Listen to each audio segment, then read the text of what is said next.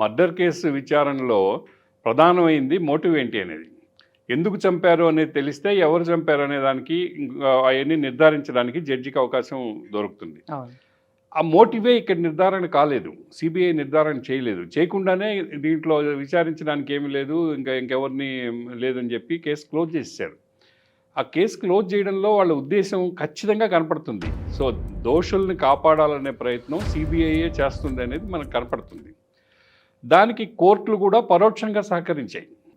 ఆమె సునీత అడిగినట్టుగా దాని పునః విచారణ సక్రమంగా కానీ జరిగి ఉంటే ఏమో నిజమైన దోషులు బయటకు వచ్చేవాళ్ళేమో.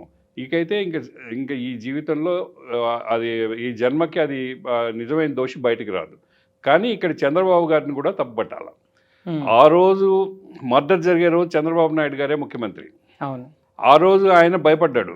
ఆయన స్వతహాగా పెరికోడు కాబట్టి ఇది రాజకీయంగా నా మీదకి వస్తుందేమో అని భయపడి ఆ కేసుని సక్రమంగా హ్యాండిల్ చేయలే. అంటే తెల్లారేసరికి వాళ్ళు పేపర్లు ఇస్తారు కదా, చేస్తే నువ్వు భయపడాలి. నువ్వు చేయనప్పుడు నువ్వు ఎందుకు భయపడాలి? నువ్వు ఇంక మరింత వీళ్ళు ఇంత దుష్ట ప్రయత్నం చేశారు కాబట్టి మనం అసలు నిజం బయటకు తీద్దామని నువ్వు పోలీసుని పెట్టి చేయించాలి.